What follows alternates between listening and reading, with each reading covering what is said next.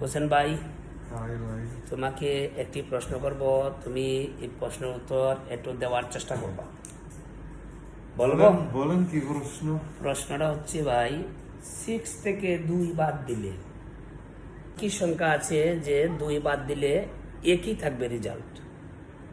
6 থেকে 2 বাদ দিলে 4 থাকবে। 4 থাকবে, এটা তো সবাই জানে, ছোট বাচ্চাই জানে ভাই। 6 থেকে 2 গেলে 4 থেকে সবাই জানে। আমি তোমাকে বলছি 6 থেকে 2 বাদ দেওয়ার পরে 2 বাদ দিলে 1 থাকবে, সেই সংখ্যাটার নাম কি বলবে? এই ভিডিওর মধ্যে সবাই আপনাকে দেখবে।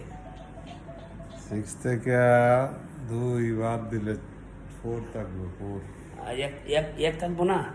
না, 4 থাকবে। আর যদি থাকে ভাই? যদি থাকে তো আপনি বলে দেন। হ্যাঁ, আপনি বলেন। আমি তো অবশ্যই জানি